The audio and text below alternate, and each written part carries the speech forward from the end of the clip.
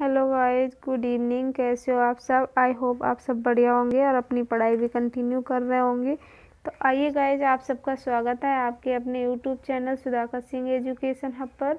तो गाइस, कल की क्लास में हमने डिस्कस किया था भाषा का महत्व। भाषा का क्या महत्व होता है, उसमें हमने 2 पॉइंट क्लियर किए थे। बाकी बचे हुए जो पॉइंट हैं उन्हें हम आज क्लियर करेंगे। टोटल 6 पॉइंट हैं, तो 2 पॉइंट हो गए थे क्लियर। उसके बाद आज 3rd पॉइंट डिस्कस करेंगे। जो 3rd पॉइंट है वो है भावात्मक विकास। क्या है? भावात्मक विकास। बचपन में ही बालक श्रवण, ग्रहण और अनुकरण की प्रक्रिया द्वारा मातृभाषा को सहज ही आत्मसात कर लेता है। कि बचपन में ही जो बालक होता है श्रवण करता, सुनता है, ग्रहण करता है, अनुकरण की जो प्रक्रिया होती है, ठीक है, मातृभाषा को अपने आप में क्या आत्मसात कर लेता है बच्चा। मातृभाषा उसके अंतःकरण की, जो मातृभाषा होती है उसकी अंतःकरण की भाषा बन जाती है।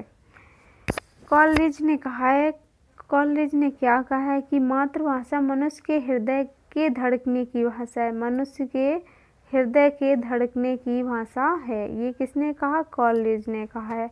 मातृभाषा के साहित्यिक रूप की शिक्षा द्वारा बालक की रागात्मक वृत्तियों का परिष्करण होता है। किसके द्वारा? मातृभाषा की जो साहित्यिक रूप की शिक्षा, ठीक है, उसी के द्वारा बालक की रागात्मक वृत्तियों का परिष्करण होता है। प्रेम, उत्साह, करुणा, क्रोध आदि मनोभावों का उदारीकरण मातृभाषा की शिक्षा पर आधारित होता है। किस पे आधारित होता है? मातृभाषा की शिक्षा पर आधारित होता है। काव्य के अनुशीलन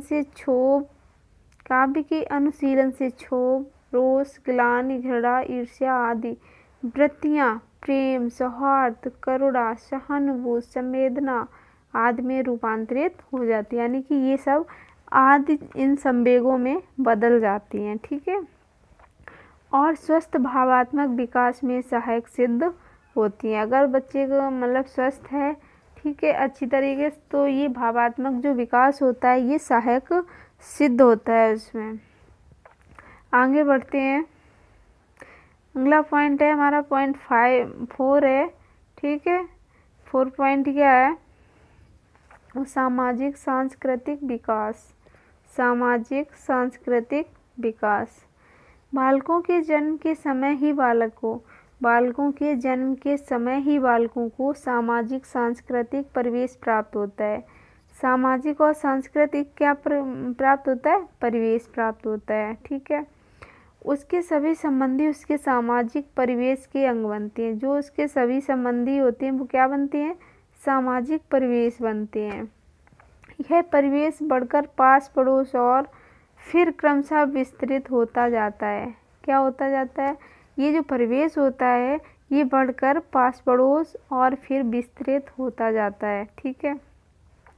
इस प्रकार बालक के नामकरण, इसी प्रकार जो है बालक का क्या नामकरण होता है, अन्नप्राशन होता है आदि ये संस्कार होते हैं, सांस्कृतिक अंग बनते हैं। क्या बनते हैं? सांस्कृतिक अंग बनते हैं, ठीक है। ये जो संस्कार होते हैं ये सांस्कृतिक अंग बनते हैं। वह बच्चा जो है इस परिवेश से संबंधित शब्दावली, जो शब्दावली होती है और भावना को सुनता और समझता है। क्या है? इस परिवेश से जो मतलब शब्दावली और भावना होती है उनको सुनता और समझता है, वह धीरे धीरे इस परिवेश से जुड़ जाता है। क्या होता है? धीरे धीरे इस चीज़ों से क्या है? जुड़ जाता है। अगर इसे इस परिवेश से दूर रखा जाए, अगर बच्चे को इस परिवेश से क्या है? दूर रखा जाए, तो उसका उचित सामाजिक सांस्कृतिक विकास नहीं होगा। कि अगर बच्चे को इस परिवेश से दूर रखा जाए तो उसका बच्चे का उचित सामाजिक सांस्कृतिक विकास नहीं होगा, ठीक है। अब हम पॉइंट डिस्कस करेंगे 5। 4 पॉइंट क्लियर हुए।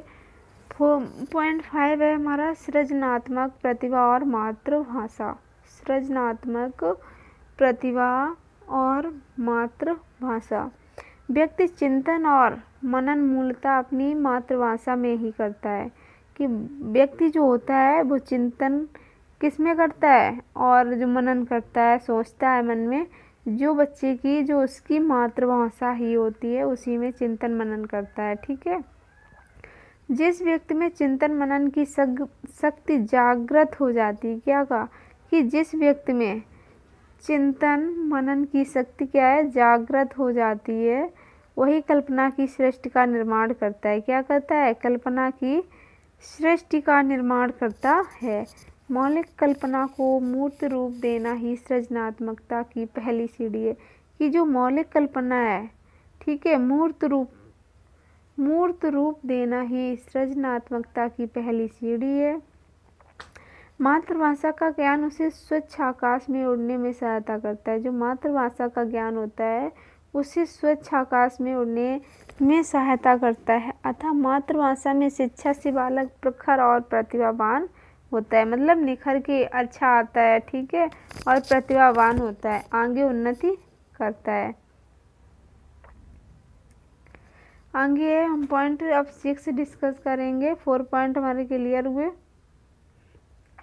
6 पॉइंट है अध्ययन अध्यापन का मूल आधार। अध्ययन और अध्यापन का क्या है? मूल आधार। ठीक है। मातृभाषा अध्ययन एवं अध्यापन का सरलतम साधन है। मातृभाषा जो है अध्ययन एवं अध्यापन का क्या है? सरलतम साधन है। यह शिक्षा का मूल आधार है। ये शिक्षा का क्या है? मूल आधार है। मातृभाषा के माध्यम से, जो मातृभाषा होती है उसी के माध्यम से शिक्षक अपने बालकों को ज्ञान की पूर्णता से परिचित करवाता है। शिक्षक क्या करवाता है? बालकों को ज्ञान की पूर्णता से परिचित करवाता है। मातृभाषा बालक के अध्ययन की सर्वश्रेष्ठ व उत्कृष्ट भाषा है। मातृभाषा के माध्यम से अन्य भाषाओं तथा ज्ञान विज्ञान की शिक्षा पूर्णता को प्राप्त करती है। कि जो मातृभाषा के माध्यम से अन्य भाषाओं तथा ज्ञान विज्ञान की शिक्षा पूर्णता को प्राप्त करती है। ठीक है।